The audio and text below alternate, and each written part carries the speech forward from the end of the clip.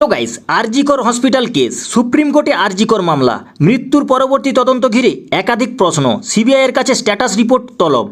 আরজিকর হাসপাতালে তরুণী চিকিৎসকের ধর্ষণ হত্যা মামলার তদন্ত প্রক্রিয়া নিয়ে শীর্ষ আদালতের একগুচ্ছ প্রশ্নের মুখে দুঁদে আইনজীবীরা।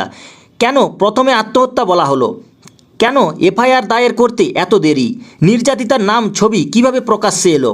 কেনই বা হাসপাতালে ডাক্তারদের জন্য ন্যূনতম আলাদা বিশ্রাম কক্ষ থাকবে না? মঙ্গলবার শুনানির শুরুতেই এমন সব প্রশ্ন তুলল সুপ্রিম কোর্টের প্রধান বিচারপতি বেঞ্চ। বৃহস্পতিবারের মধ্যেই সিবিআইয়ের কাছে স্ট্যাটাস রিপোর্ট চাওয়া হয়েছে। ওই দিনই মামলার পরবর্তী শুনানি। ঘটনায় অত্যন্ত ক্ষুব্ধ বিচারপতিরা। তদন্তের মন্তব্য, এমন ঘটনায় আমরা বসে থাকতে পারি না, কিছু একটা করতে হবে। বিচারপতিদের বক্তব্যে স্পষ্ট, গোটা ঘটনাকে যেভাবে প্রশাসন তুলে ধরেছে তাতে তারা বিরক্ত। এই মামলায় রাজ্যের তরফে আইনজীবী হিসেবে সুপ্রিম কোর্টে সওয়াল করেছেন বিশিষ্ট আইনজীবী কপিল সিব্বল। তাকেই একাধিক প্রশ্ন করে প্রধান বিচারপতি ডিওয়াই চন্দ্রচূড়, বিচারপতিতে জেবি পারদিওয়াল এবং বিচারপতি মনোজ মিশ্রের বেঞ্চ। প্রশ্ন ওঠে, রাত 8:30-এ মৃতদেহ হাসপাতাল থেকে ছাড়া হলো, 11:45-এ এফআইআর কেন?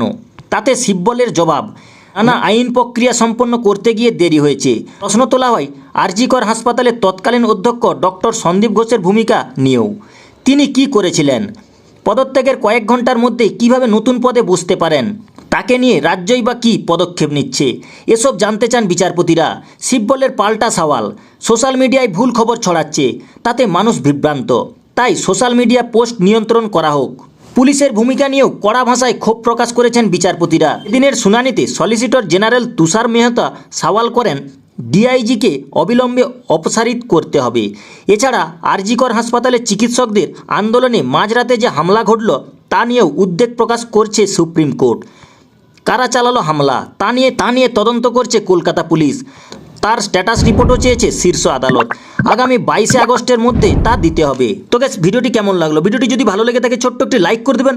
আর গ্যাস, এইরকমই নিত্য নতুন ভিডিও নোটিফিকেশন আর আপডেট সকলের আগে পাওয়ার জন্য চ্যানেলটি সাবস্ক্রাইব করে পাশে থাকা বেল আইকনটি বাজিয়ে রাখবেন।